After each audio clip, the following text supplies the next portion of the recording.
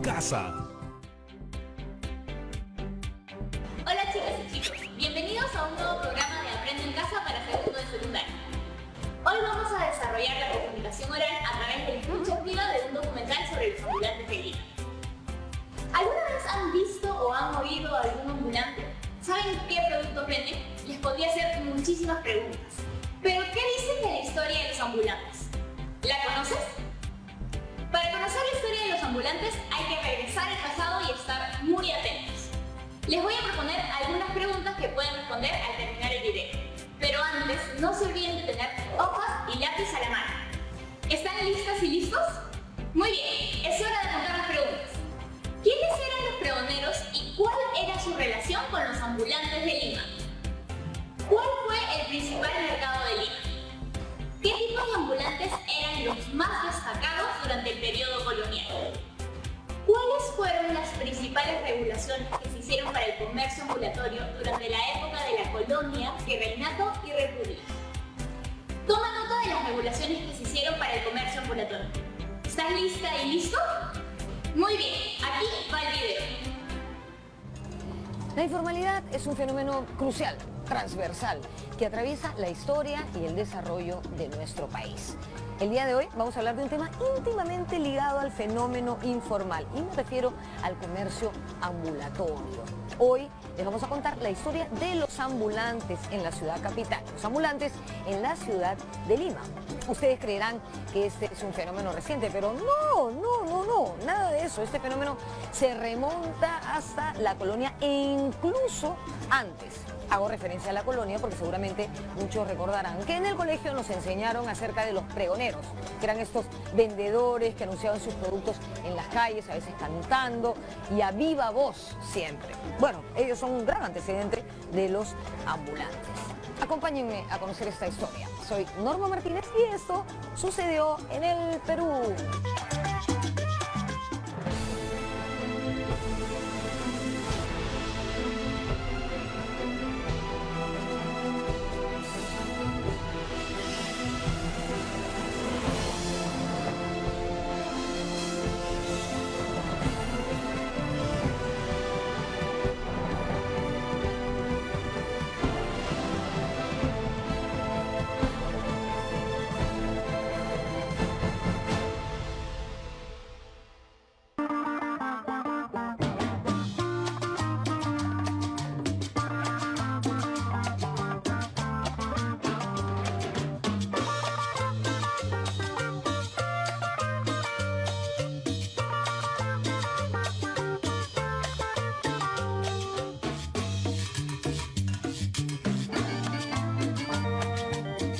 Llamamos ambulantes a los vendedores de la calle, a las personas que comercian en plena vía pública, que venden algo y reciben un pago.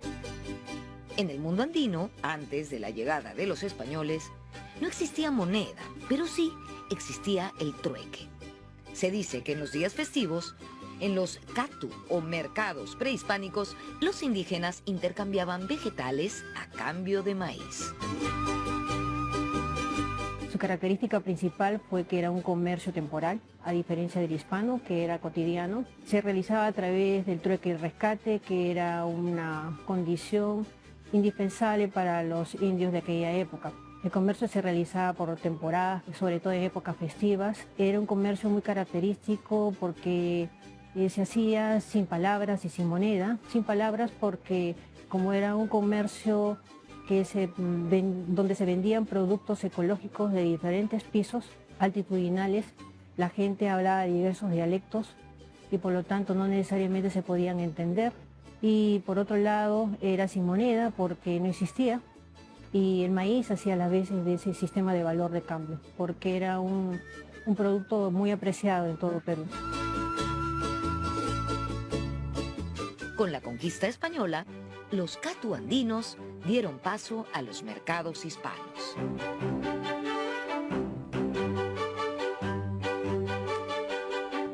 Los españoles con la conquista introducen la moneda y aparte ingresan los mercados que van a ser centros de comercialización cotidiano Se instalan estos lugares en las principales plazas públicas, ingresan los pregoneros, los vendedores ambulantes que deambulan por las calles. Los primeros vendedores ambulantes en la época colonial fueron principalmente españoles empobrecidos y después se ingresaron ya las castas de las clases morenas y posteriormente, casi en el siglo XVII, los indígenas. Porque los indígenas generalmente no vivían en el centro, o sea, en los muros de la ciudad, sino en los extramuros. Entonces iban en ocasiones eventuales, con productos característicos, ¿no? Cada uno se especializó, era un comercio que se diferenció por castas. Cada producto tenía un vendedor especial. Ave María Purísima, allí es andado, vive el Perú y sereno.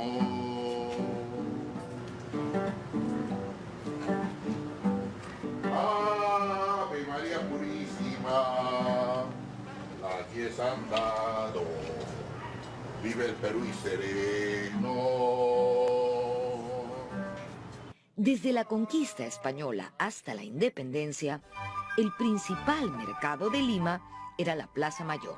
Por ahí circulaban todos los ambulantes que vendían a pie, pero también los que montaban y desmontaban diariamente sus puestos. Las cocineras se lucían y la afluencia de gente crecía mucho más en fechas festivas. La gente acudía masivamente a la misa de la catedral y al salir se agolpaban a comer. A veces en la mañana había mucho sol y en las noches pues el mercado era mucho más fresco. Pero lo que más se vendía en las noches cuando no eran épocas festivas eran pues las mazamorras. Y en épocas festivas sí esto duraba, sobre todo en Navidad, en épocas de procesión, sí era todo el día, ¿no? La venta en estos mercados. Las crónicas coloniales hacen mucho mención del bullicio que existía en la Plaza Mayor por la venta de estos productos. Las misas se realizaban desde el portal de la catedral para toda esta gente, para que no desatendiera pues lo que vendían. Y por otro lado también hay muchas crónicas que hacen referencia al problema que siempre se ha mantenido entre comercio formal y comercio informal, ¿no?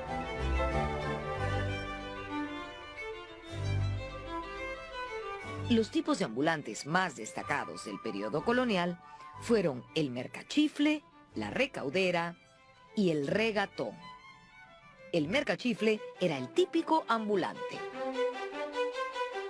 El mercachifle es el que vende los productos por menor y lo lleva a veces en una mula o lo lleva cargado en el hombro o en el pecho, llevando su producto y ofertando. Estos vendedores ambulantes al comienzo van a ser de la parte del negocio en la cual no se metía el español, porque el español por su rango social no podía meterse en oficios para ellos menores. Especialmente eran esclavos, libertos e indígenas.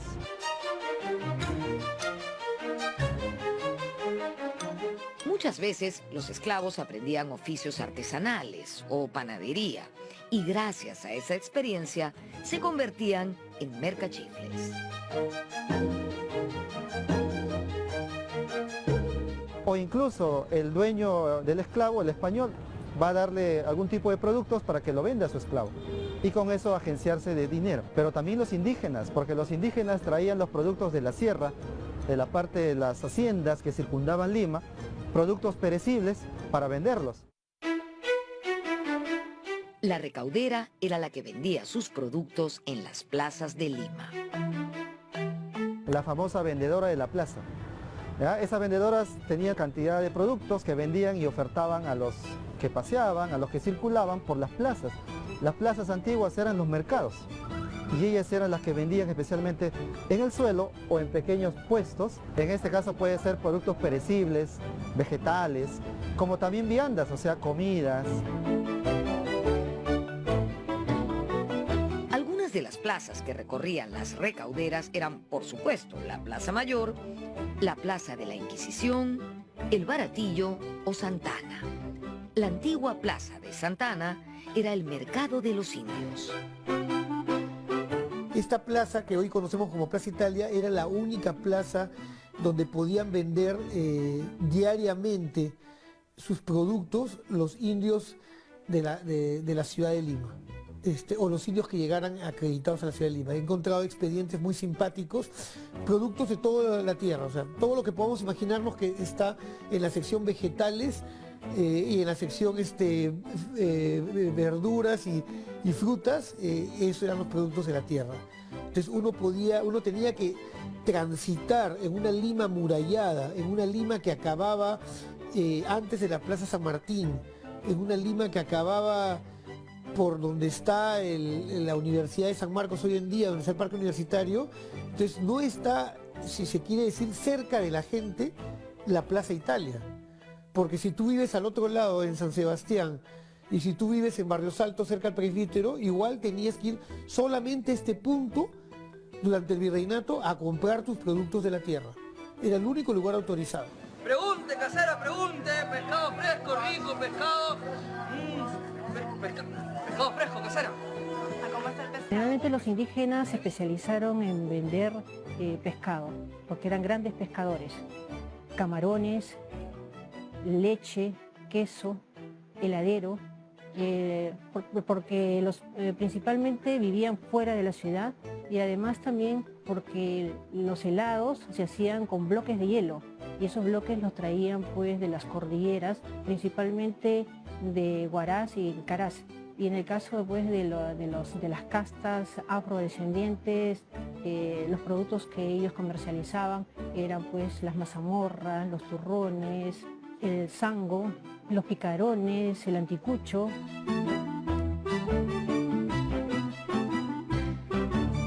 Normalmente las mujeres estaban vinculadas a la venta de productos alimenticios, ¿no? Tanto mujeres indígenas, mujeres mestizas, mujeres afroperuanas, ¿no? Y había como una diferenciación un poco del tipo de producto, ¿no? Por ejemplo, muchas mujeres indígenas o mestizas vendían chicha, puestos que eran puestos en la plaza, ¿no es cierto? Que una vez terminado el día ellas levantaban su puesto y se iban hasta, ¿no es cierto?, la siguiente venta. Pero también estaban las vendedoras de frutas, las vendedoras de verduras, ¿no?, que adquirían los productos en los valles, ¿no es cierto?, que circundaban la ciudad y que luego los traían a vender, ¿no es cierto?, a la ciudad, ¿no? Por ejemplo, en el caso de las mujeres afrodescendientes, vendían mucho lo que eran las mazamorras, ¿no? Productos un poco más elaborados. Peras, camuesas, melocotones del pencao. Los regatones eran los intermediarios minoristas, los que compraban para revender. Cómpreme, nena, naranja llena, medio real. El regatón es el intermediario. Y esa palabra se ha derivado en la actualidad al término regatonear, que significa regatear, o sea, bajar el precio. Los regatones justamente regateaban los precios, compraban a precios cómodos y ellos lo vendían a precios muy altos. Y por eso es su nombre.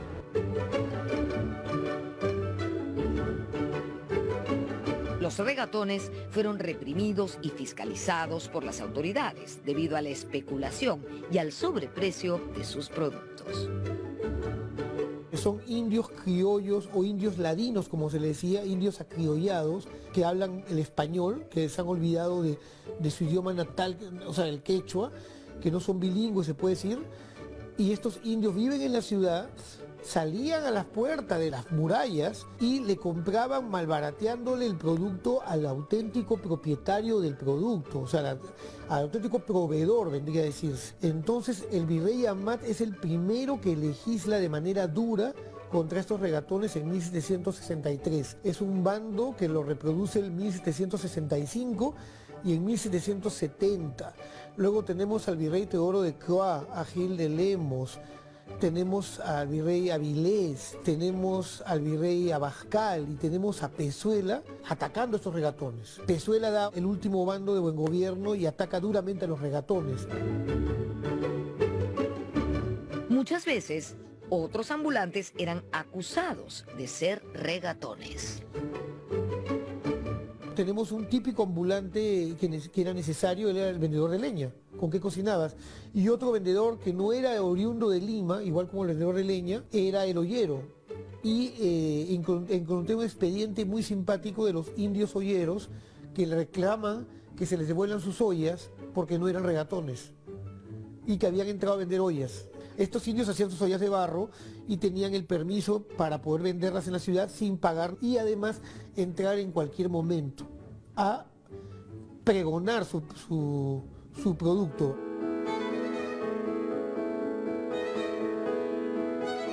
En 1687, Lima fue amurallada y esto permitió un mejor control de personas y productos.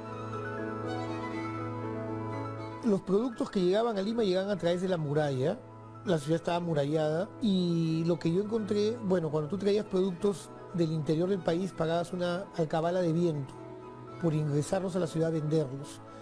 Entonces estos productos llegaban en su mayoría por Malambo, llegaban por lo que viene a ser hoy día, lo que era el arrabal, lo que viene a ser hoy en día la puerta que da a lo que es el cono norte. Por ahí ingresaban los productos y estos productos tenían que ser, esperar dentro de los tambos o dentro de la ciudad a que puedan ser vendidos en el día pertinente, ahí está. O sea, no es que tú llegabas con tu producto, tu saco de arroz y tu costal de papas y dices, hoy lo vendo. No, tenías que esperar durante el virreinato el momento y la hora en la cual se te autorizaba para venderlo. Y para eso pagabas también el impuesto por haber traído ese producto a Lima, que es la alcabala de viento.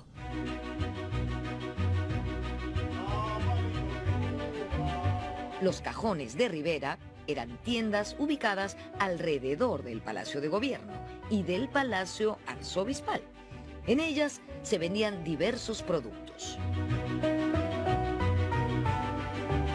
Principalmente en el caso de los cajoneros, que son, digamos, estos vendedores, ¿no?, que tienen como serían unas como casetas de madera. Varias de ellas estaban ubicadas, por ejemplo, en la parte de atrás de lo que sería el Palacio Virreinal.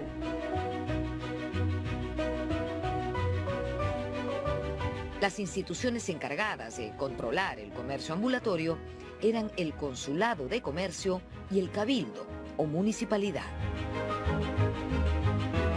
El Cabildo va a ser la institución que vigila, ¿no es cierto?, esta cuestión de cómo se comercia en la ciudad, quiénes pueden vender, qué tipo de productos se pueden vender dentro de la ciudad, cuáles son los precios que se van a poner a estos productos.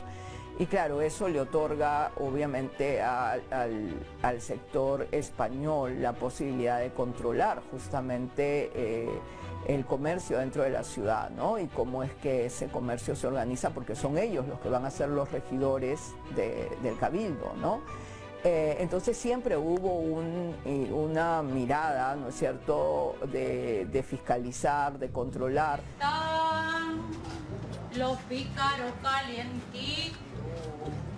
Hay normas del Cabildo en las cuales dice que los comerciantes que están asentados en la plaza, así como lo han encontrado en la plaza, lo deben dejar. Es decir, así como han encontrado la plaza limpia, ordenada, sin ningún tipo de malestar en la población o en la misma infraestructura de la sociedad colonial, debían dejarlo. Y al final siempre había una persona encargada de justamente vigilar que no exista ningún tipo de tergiversación en ese tipo de norma. Y controlaba que todos los ambulantes, cuando se vayan a su casa, o sea, es decir, al anochecer, ya pudieran retirar sus productos, sus estantes y además dejar limpia la zona. No se muevan. Regresamos con un ambulante que se convirtió en virrey, con los pregoneros y con la relación entre ambulantes y boom gastronómico.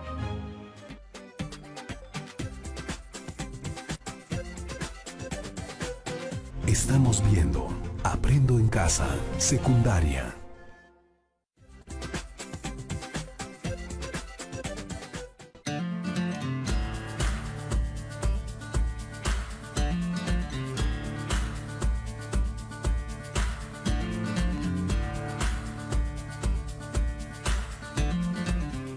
Los ambulantes de Lima no solo fueron pobladores locales, indias, indios, afrodescendientes, mestizas y mestizos, sino que también hubo algunos extranjeros. Tal es el caso de Ambrosio O'Higgins, un irlandés que trabajó como ambulante en estas calles en el siglo XVIII. Fue popularmente conocido como Ño Ambrosio el inglés, a pesar de que era irlandés. ¿Y por qué Ño? Porque Ño era un apócope de señor en esa época. O'Higgins hizo una destacada carrera militar en Chile al servicio de la corona española y su trabajo fue tan bueno que lo nombraron capitán general de Chile. Pero no solo eso, también lo nombraron, adivinen qué, virrey del Perú en el año 1796, cargo que ejerció hasta 1801. Este no sería el caso de mendigo millonario, pero sería el caso de ambulante a virrey.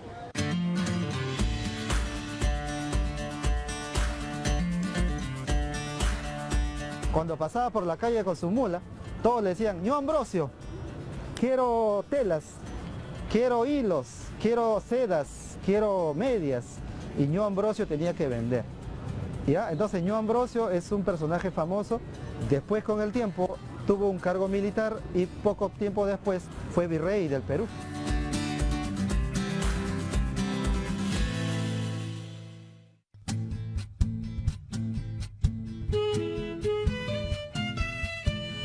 Ambrosio O'Higgins fue padre del chileno Bernardo O'Higgins, líder de la independencia de Chile, quien vivió en Lima en una hermosa casona ubicada en lo que hoy es la cuadra 5 del Jirón de la Unión, donde estamos. ¡Tamales! ¡El tamalero llegó! La tamalera llegó. ¡El tamalero! En su tradición, con días y ollas venceremos, ambientada en el periodo de la independencia, Ricardo Palma menciona a los pregoneros de Lima, curiosa forma de llamar a los vendedores ambulantes. Diga usted cuándo lo quiere que yo se traeré.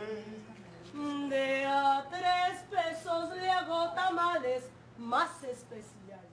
Palma nos da la imagen de los que vendían cada cierta hora qué producto vendían por la calle en una tradición. Es muy importante el tema, ha sido rescatado por historiadores y antropólogos en el sentido, y por literatos en el sentido de que es una imagen viva de una Lima que Palma está viendo que se va.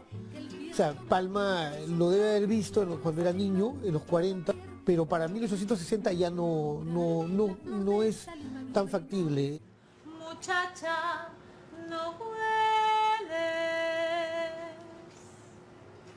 Con respecto inclusive a los anticuchos hay una cosa muy particular.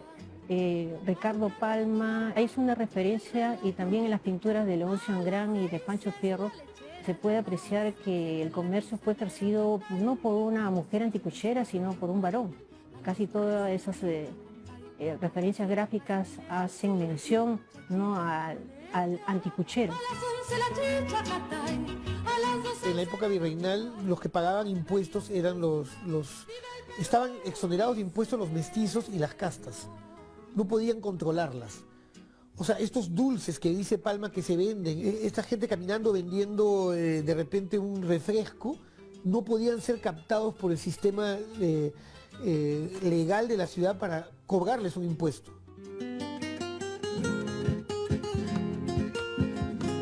Al igual que Palma en sus tradiciones, los ambulantes fueron perennizados en el siglo XIX por los dibujantes extranjeros Leonce Angrand y Mauricio Rugendas, y sobre todo por el pintor afroperuano Pancho Fierro, cuyas imágenes de alegres vendedores callejeros recordamos todos.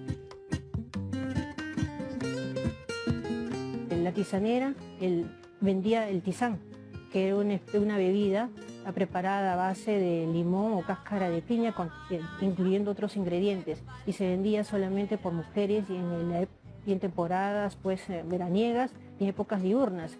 Y en cambio el antero vendía el ante, que era otra bebida, pero solamente para el consumo de varones. Se distribuía en las noches y estaba preparado en base pues al vino de almíbar, canela y otras frutas, ¿no?